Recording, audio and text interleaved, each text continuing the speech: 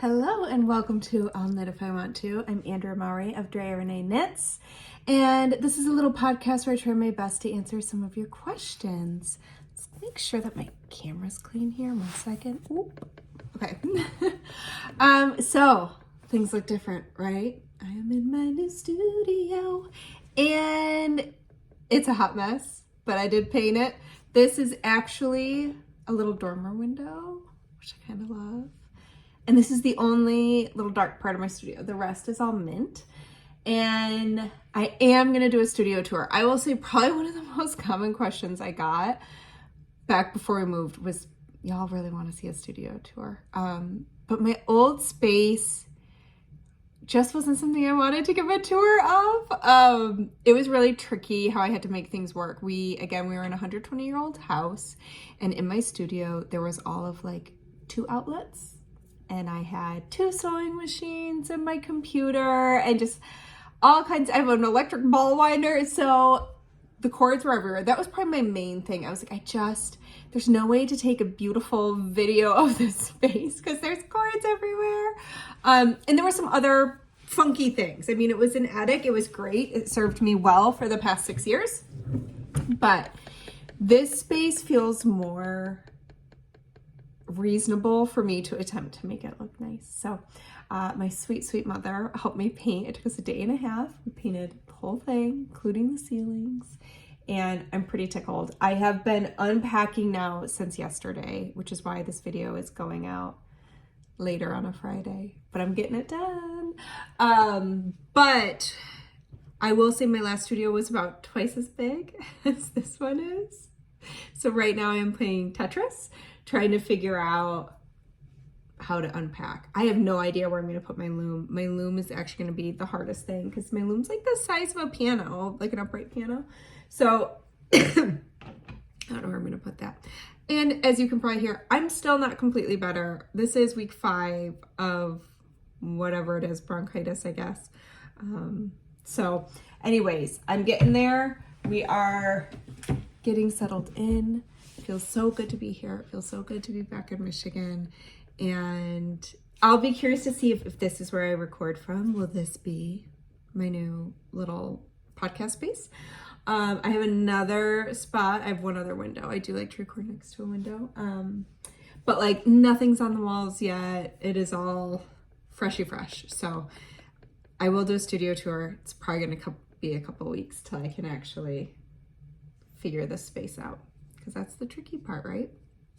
But anyways, happy Friday. Oh, such exciting news. Guess what we had yesterday? Snow. We made it to Michigan in time for the snow. And I swear every year I'm usually traveling and I miss the first snowfall, whether we were living here in Michigan or when we were in Maine. It always happened. I would be traveling for work and they would get snow back home. And finally, this year, I got to catch the first snowfall. We woke up and there was a little bit of snow on the ground and it was like my favorite big fluffy flakes. It was wonderful. Anyways, let's get into today's topics. Our questions, a very, very special giveaway. And I'm wearing the Spin Raglan. This is the second sweater that I ever designed out of Spin Cycle yarns. This is the first pattern I ever did with Spin Cycle yarns. This is their Independence yarn, which they don't even sell anymore. It is an Aran weight, bulky ply, like thick and thin yarn. But anyways, I've worn it like 5 times this past week. It's really having a resurgence in my wardrobe. So I think I'm gonna need to freshen up this pattern to include a yarn that you can get. So anyways, that's what I'm wearing. And let's talk about the giveaway. So I am so excited. I wish I could show it to you. It has not arrived yet, but I hopefully, definitely by next week, I should be able to show it to you. But if you all remember, last year, I did a very special collaboration with Thread and Maple and the Farmer's Daughter Fibers, and we did this really cute little like project page that can go in their needle binder or it can be a standalone. I usually always have that with me. And I'll tell you what, I use mine like there's no tomorrow. I use it all the time. It includes like a measuring tape, a pen, scissors, 2 tapestry needles, and then it has a pocket. And so when I travel, I'll put like the needles I think I'll need in the pocket along with some stitch markers, because it comes with a little stitch marker thing. And it's just perfect. I always have that in my knitting bag. So last fall in October, I bought my first ever support spindle at New York Sheep and Wool at Rhinebeck. And as many of you ended up joining me, my friend Amy had this great idea to do a 100-day spindle spinning challenge so that we could all get efficient at using our new support spindles that we were so excited about. And it just blew up. I mean, hundreds of people joined that challenge. It was so much fun. And one thing I quickly realized was we don't have a good thing to carry our spindles around in. Like a bunch of us ended up getting like, they're basically for holding straighteners or hair dryers. You know, we just bought them online. They're kind of like a hard shell kind of a case that happen. I think some of them are even for like a portable printer or a microphone, just these random things. And that's what we used, because when you're, you know, for me, all my friends, we would gather a couple times a month, and a lot of times we would either knit or we would spin, and sometimes we would just bring our support spindles, but you want to keep them safe. Like they are definitely precious, you know? And so that's what we were carrying them in, was these little kind of ugly containers, like hard shell little zipper things, kind of like this. This is beautiful. It's a pencil case, but kind of like this, but bigger. It fit a spindle. Anyways, you might be a knitter like myself who you love to have a beautiful like project bag for your knitting, or a knitting bag. I personally am quite a fan, and there's some amazing knitting bag companies out there. And I was like, you know what is really missing for all of us spindle spinners is a good, beautiful spindle bag to carry your spindles in. So I reached out to Thread and Maple. I was like, so I don't know if you've ever thought about this, but there's a real hole in the market when it comes to something for us to carry our spindles in. So long story long, we have been working together for the past year to come up with a spindle bag, and it is so beautiful. They hit it out of the park, and we even came up with an idea that they brought to life for holding the spindle bowl. And the bag itself is big enough to hold more than one spindle and your fiber. I love putting my fiber in with my spindle, A, because I want it all together, but B, I love that it adds a little like protection and cushioning for the spindle. And we even played around with, I was like, I cannot stand when my spindle bowl slips off my lap. So I had my husband one time before I was traveling, I had him go out and get me a coaster. Like a pack of, oh no, it wasn't a coaster. It was the thing you open a jar with. There was rubber mats. I mean, again, it's hideous. It's like this weird red flower shaped thing. And I stick it on my leg, but I'll tell you what, my spindle bowl doesn't slip. So we even found really, really cute little non-slip spindle bowl mats. Anyways, it is launching next week, but tomorrow we're doing a giveaway. And the giveaway, you're not even going to be able to handle this. So if you are a spindle spinner, then you're probably going to recognize some of the names that are included in this giveaway. So the giveaway includes the spindle bag, which is beautiful. It's leather. The special circle zip spindle bowl holder, which would also be great for my non-spinners. All this would be beautiful as like a knitting bag or in like a little notions pouch. But so cute. And the strap, you can buy a long strap if you want to be able to like wear your spindle bag. Otherwise, it just comes with like handles. So it comes with the strap, the cute little, which can be slid on to the strap, or it can be clipped to something. And the non-slip mat for your spindle bowl. And then, as if like all that wasn't enough, we got the Spanish peacock to give away a spindle and a spindle bowl. Like, can you even? And Hedgehog Fibers threw in, I believe it's 3. I should be looking to make sure that I am saying all this exactly right, because I want to make sure. Yes, it is our new spindle bag, the round case, the pad. Okay, it might not come with the long strap. Long strap might be separate. the Spindle and Bowl from the Spanish Peacock and Hedgehog Fibers is throwing in 3 of their beautiful like bags of Lucky Dip fiber. So beautiful. I've seen a picture. And my Attune shawl pattern is included in the giveaway as well. So the giveaway is going to start tomorrow at noon Eastern Standard Time. And it will end 4 days later. It's going to end on November 27th. And they're going to announce the winner on Instagram. So Thread and Maple is hosting the giveaway. So go, first of all, maybe sign up for the newsletter because all this, I'm sure, might be in there. But otherwise, follow them on Instagram. I'm going to add that right now so you know where to find them on Instagram. That'll be right at the top here. Thread and Maple giveaway Insta. Okay. So, so excited. I'm so excited. I can't wait for you to see it. They even stamped. So if you've ever gotten if you've ever seen my email or my logo, forever, it's always been, my company name's Drea Renee Knits, and my tagline's always been For the Love, which is what I have tattooed across my chest. I've had it for a very, very long time, 20 years. But anyways, kind of basically just life philosophy. And that's stamped on the bag as well. It's embossed in the leather. So embossed, I don't know if that's the right word. This one always falls out. I think it's embossing, right? When it's pressed in. Anyways, I can't wait for you to see it. I hope you love it. I'm so excited to get mine, so excited. And I'm just so tickled that Thread and Maple took on the challenge to make this bag, because I think that us spinners want something beautiful to put our spindle and stuff in. So I'm really excited about it, and I hope you love it. But there will be more coming out about that, so stay tuned. We're also going to be donating 10% of the proceeds. So I'm going to share the longer story of that in my newsletter, so feel free to sign up for that. There's always a link below in the show notes. But long story short, we are going to be donating 10% to CS Mott's Children's Hospital, which is the hospital that helped save my daughter's life after she was born, and to their Ronald McDonald House, which was huge for us when we were in the hospital with her for a few weeks. So anyways, really excited to support them again. As always, I do realize that I am mentioning a giveaway on social media, which I feel like brings all the scammers to the yard. So do not give anybody credit card information. Just watch out for scammers, because they're always coming out of the woodwork. Okay, let's jump into the episode. Question number 1.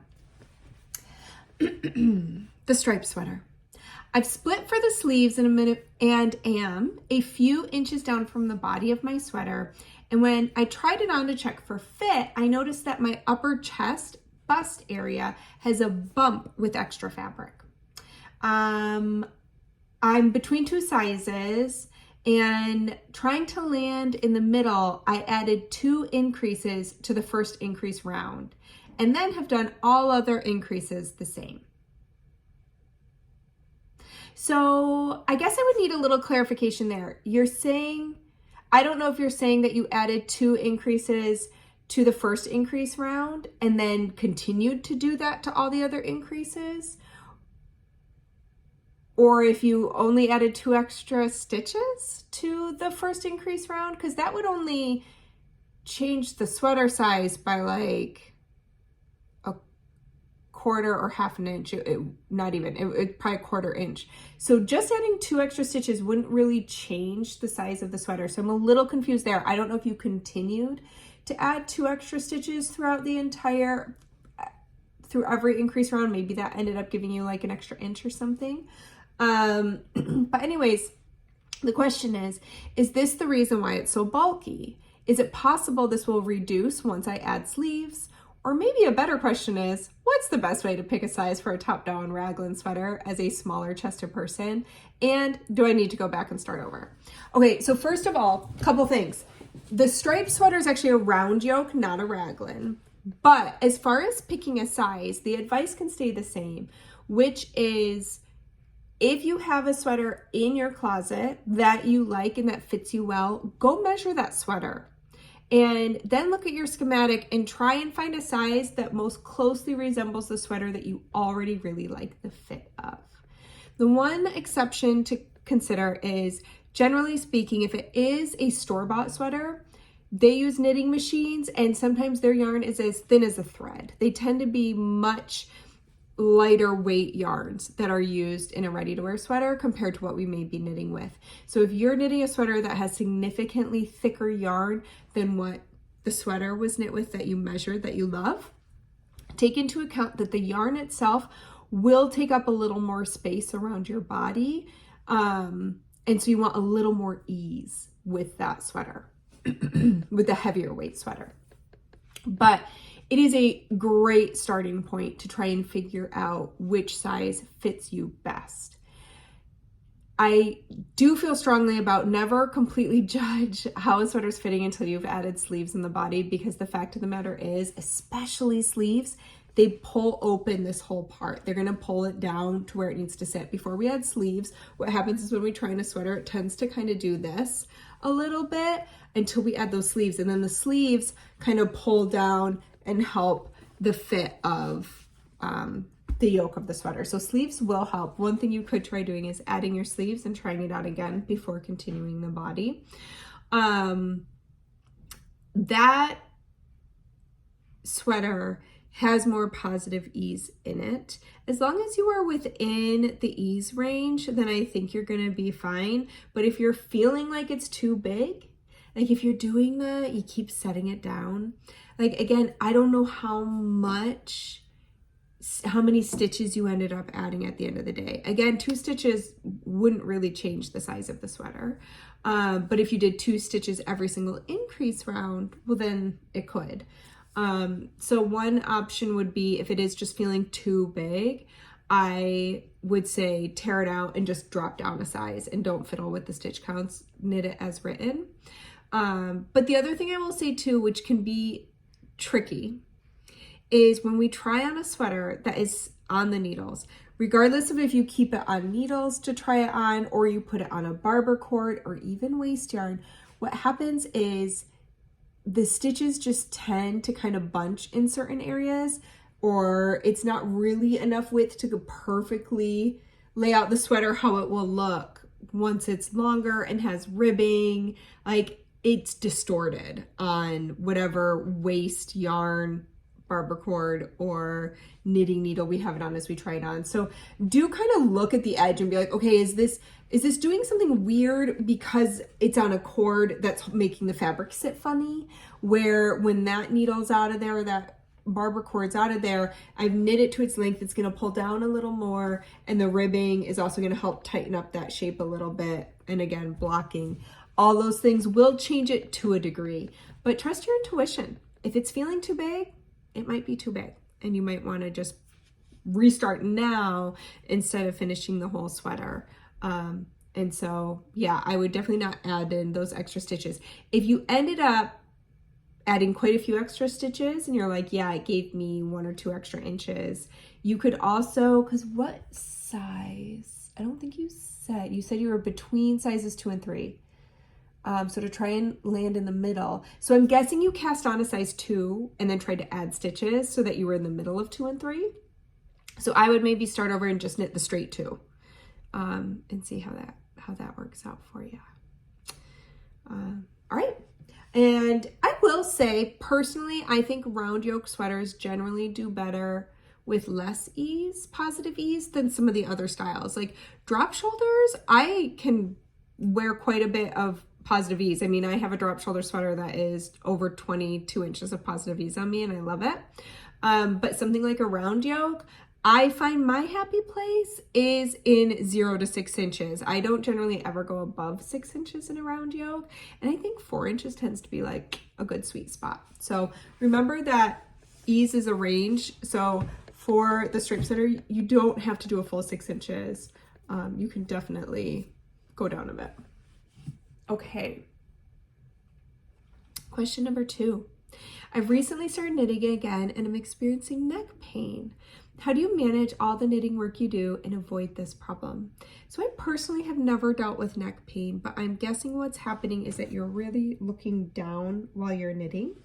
So my first thought is, can you do something to elevate your knitting a little bit so that you are not looking down and getting that neck pain? But I am not an expert. And so what I am going to tell you is to go check out Ergo I Knit, who is an expert on having the best ergonomics for your body while knitting so that you can continue to knit for many, many years without that pain. He has a book, he teaches classes. I'm linking his website because I know there's a whole bunch of information on there as well. So I would start with the website, and if you really like the information, definitely check out his book or see if you like to go to retreats. I know that he teaches as well and is just so knowledgeable on the topic. So that's what I would recommend. And one thing I will also say too, it's really tempting to knit for long stretches. I know it is for me. Like sometimes I'm like, ooh, I'm just gonna settle in and knit. But I do try to get up like at least every hour, move around, give myself, my eyes, everything a little bit of a break. And eventually too, your muscle memory will be so good in your hands that you don't need to watch what you're doing. You could look out the window or watch a movie. And that would probably also help with the neck pain because you won't be doing this quite so much. So hopefully that helps. Oh my gosh. So I have switched over. I work mainly on my iPad now, unless I'm like writing a pattern. But for the little daily stuff, especially for the past 2 weeks while we've been moving, I've been working on my iPad and I keep trying to touch my computer screen. It's not a touch screen. Okay. Do you have a reliable method for selecting colors when holding a fluffy yarn and a non-fluffy yarn together? I have plans to knit a cardigan which calls for the yarns to be held together. I have a color in mind, but can't find a fluffy yarn in quite the right color. I found some that are close but aren't exact matches to my non-fluffy yarn. I've not been able to find a dyer who offers both types in the color I want. I found a few which are slightly darker or a touch lighter. Is there a method I could use while doing my shopping? Should I have my fuzzy yarn be darker, lighter? Should I just keep looking until I find a match? My yarn budget is rather small compared to what it looks like other knitters have, so saving up has taken quite some time, and I'd hate to spend the money only to swatch and not like the result. This is definitely going to be the most expensive knit I've done. Yeah, I mean, I totally get that. Knitting a sweater that has 2 yarns held together is kind of buying double the yarn for a project. So you definitely want something that you're gonna love. One thing I would recommend, so first let's talk about why you're not finding an exact match. Different fibers dye up differently, especially if it has a silk core. Silk core does not, like silk does not take yarn. Silk does not take color the same way as wool or alpaca or other fibers. So that a lot of times is where you're gonna see a discrepancy. I mean, sometimes it stays almost white. So that, depending on what kind of fluff you're using, is why it's not going to perfectly match your other yarn, which maybe it's wool and has a totally different fiber content. They're just going to take the color differently. So I recommend just going with 2 colors that are similar. As long as they're monochrome, like, you're gonna be fine and it's gonna be beautiful. And in regards to it needing to be darker or lighter, I don't think that there's a rule. I feel like my fluff tends to be lighter than maybe the one I'm holding it with, but sometimes that's just because, again, of how it took the color. Now, lots of yarn people do have a fluff that is the same colorway as a non-fluff yarn. They might just look different to you, again, because they take color differently. But like, I know, for instance, the Farmer's Daughter Fibers definitely has all of her colors on her Mighty Mo and her Odang, her fluffy yarns. One is a silk mohair, the other is a silk core brushed alpaca. And I know that she has colorways that then match her non-fluffy yarns, but they will look different side to side. They will still look very beautiful together. So I think that as long as you love the color that you're going for, even if they are not a perfect match, even if you go lighter or darker with the fluff, it's going to be beautiful. Just make sure it is a color that really sings for you, that you feel really excited to knit with, that you want to see on your needles for a long time because you're knitting a bigger project, and especially since it is going to cost more money. And then the only other tip I would have is, especially because you want to stay within your yarn budget, I would maybe just buy one ball of each to swatch with. You know, I will say, I don't know that I am as particular as you may be when you're picking your colors. So I have friends that are very particular. It's gotta be the exact right color. And especially if you're shopping online, I don't know if you are or if you have a local yarn store, that can make things tricky when you're trying to pin down like that perfect shade. So I would really hesitate to give you like a rule to follow, because that rule may not work for you. And I think it's going to come down to you being able to see the fabric and really knowing that you love it. So worst comes to worst, if you buy a ball of each and you knit up a swatch and you're not sure if it's the right color, you can use those to knit a hat or a cowl or a smaller project, and you haven't just spent your whole sweater budget on colors that you're not in love with. So I think that's all the tips I have, but best of luck, and I'm sure it will be beautiful at the end of the day. The only other thing I'll say is I feel like the fluffy yarns a lot of times end up playing a smaller role than you might think once they're knit up in that fabric, because they are so airy. So one thing to think about is color is more concentrated depending on the twist of the yarn. So a really airy, fluffy yarn, the color will look and knit up lighter compared to a worsted spun tight yarn that's going to like concentrate the color. It's going to concentrate the hue and make it look a little more richer. So hopefully that's helpful to think about too. All right, question number 4.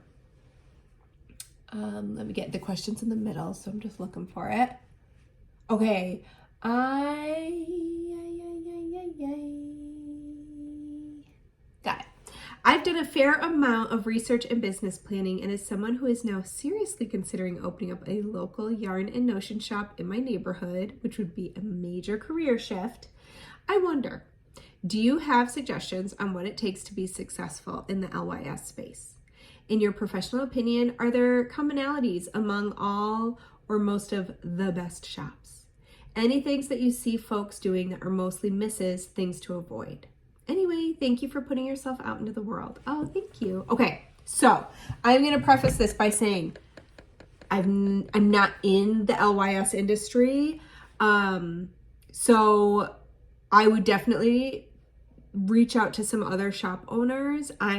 From what I have heard from other people who started in LYS, they were met with a lot of warmth from other yarn shops that were willing to share some tips as they were getting on their feet.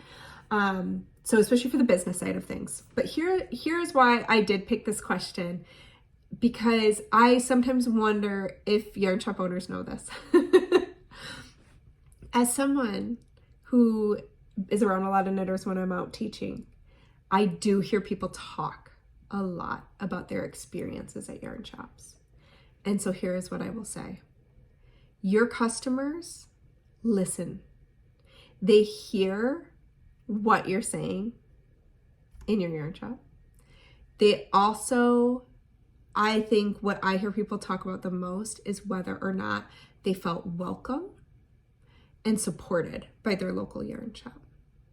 And that seems to be really, really big. I was actually just talking with some knitters recently who were saying how they have 2 shops in their town, and you can tell that one seems to be thriving and one is not. And I think from what they were sharing, what was determining that is one shop was incredibly welcoming and warm to knitters of all price points, they were welcoming everyone in, where the other shop was not.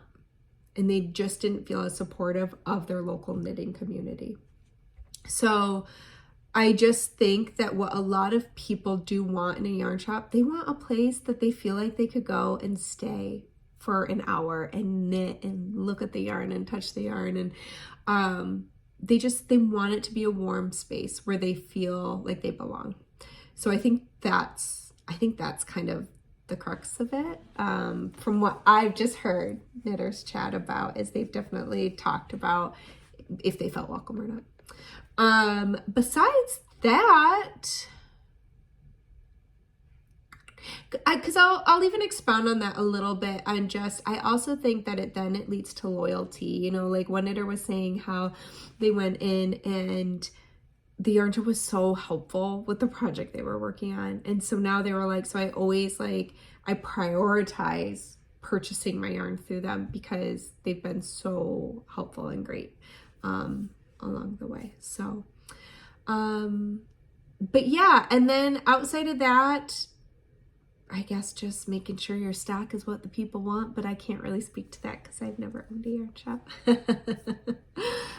It seems like some that do well as well have people come and teach. That seems to be, I think people really love being able to take classes. I know that I really loved when I lived in Portland, being able to go to my friend Casey's shop at Port Fiber, because I took some really great spinning classes there and an ankle loom weaving class, and I just loved being able to do that. So I think having classes is pretty cool too, if your space allows for that. But yeah, anyways, if anybody else wants to mention what is important to them in their LYS, or something that their LYS has done really well and they want to celebrate that in the comments, please feel free to share. Okay, question 5. Oh, help! I'm heartbroken. I just discovered some moth holes in my knits, and it's been taking all of my energy not to cry. I'm so sorry. I know, it's the literal worst. Do you have any tips for darning holes in color work? I see there are a lot of resources for garter repairs, but I'm at a loss for color work. Any moth tips would be greatly appreciated too.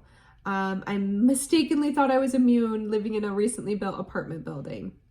You know, I've heard of another really bad moth infestation, and it was in an apartment building. So we should, none of us assume we are immune to those little boogers. But number one, you got to make sure the moths are out of there, because otherwise you don't want it to keep happening. So the first thing I would do is, depending on how bad it is, I would consider getting rid of it, of the thing that got eaten, just because you don't want there to be eggs in that sweater that are going to keep hatching and wreaking havoc in your home.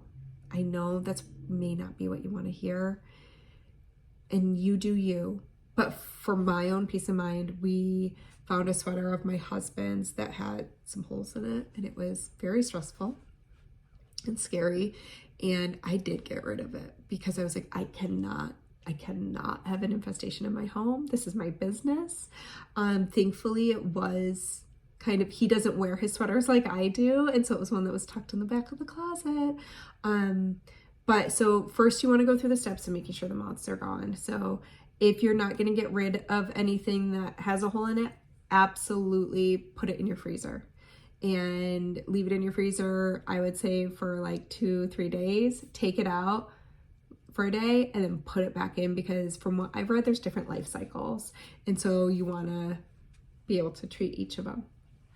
I put out a pheromone trap, and the reason I like these, you can order them online. They look like a little tent, and I actually use those as like a canary in the coal mine. I want to know if there's any moths around, so I hang one and I check it periodically to make sure that there's no moth action happening. I'm sure we've talked about this a little bit on here before, and I'm sure other people have tips for what to do. Basically, moths don't like extreme temperatures, so freezing or extreme heat, depending on where you live.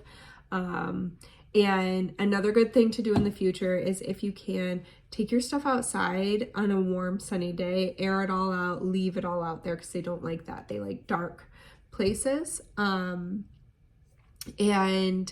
But I'll tell you the thing that gave me the most peace of mind.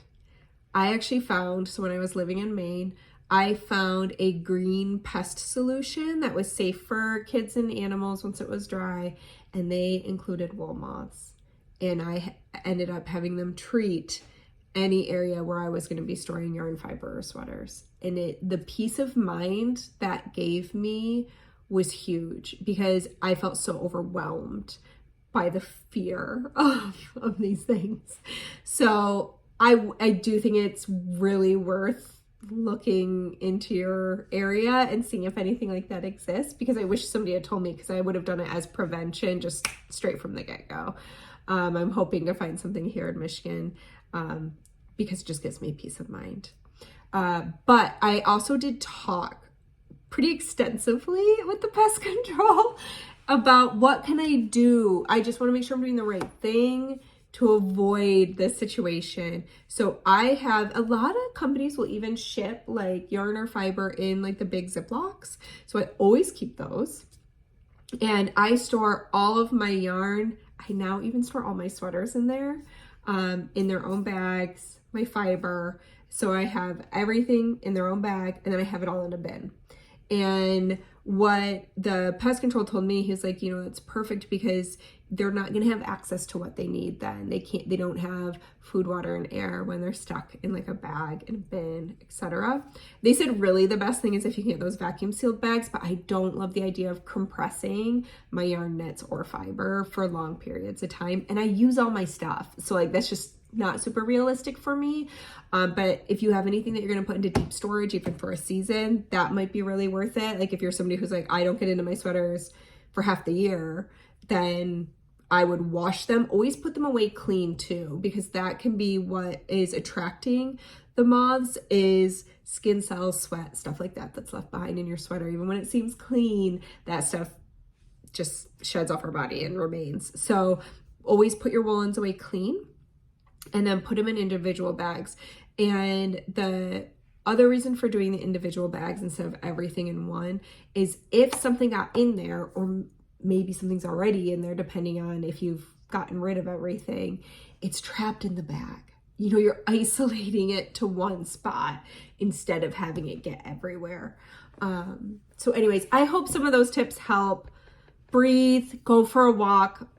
It'll be okay. But I know it's not fun. I know anyone watching who's been through it is like, oh my gosh, it's the worst, but you will get through it. It will get better. And as far as darning goes, so to be honest, I guess it would depend how big the hole is. If you still have some of that yarn, you just use duplicate stitch. Like you can run a few lines. It's kind of like weaving.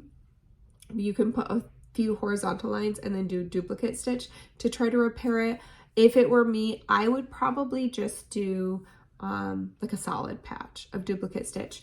But I really love, I'm actually going to put it on here, Buku, who has some of my favorite little like knitting bags I like to walk with, went through a time where they were posting these fabulous mending videos all the time, fixing sweaters and stuff like that. And they're reels on Instagram, and they're just brilliant. And I think they would give you some good ideas. So I'll tag, I'll add their Instagram handle below, but it's just Buku, so book and HOU. But anyways, I guess that's it. We are just a few days away from kicking off the fall sock knit along challenge with the Oxbow socks. I cannot wait. I have to find my yarn. It's here. I can see yarn. I gotta find my right yarn. But I can't wait. That kicks off next week. Again, 15% of the pattern proceeds are going to Sisters United, and they also donated a percentage of their yarn, but I think that ended yesterday. So theirs is done for that. But still, their yarn's fabulous. Highly recommend it. And the giveaway is tomorrow for the Spindle bag. So yeah, I think that is all the info. I hope you have such a good Friday. It's time for me to keep unpacking. So I hope to see you here next week. Maybe I will have even hung something on the wall. We'll see how far I get. I hope you have a fabulous weekend and that you get to do some making. Bye.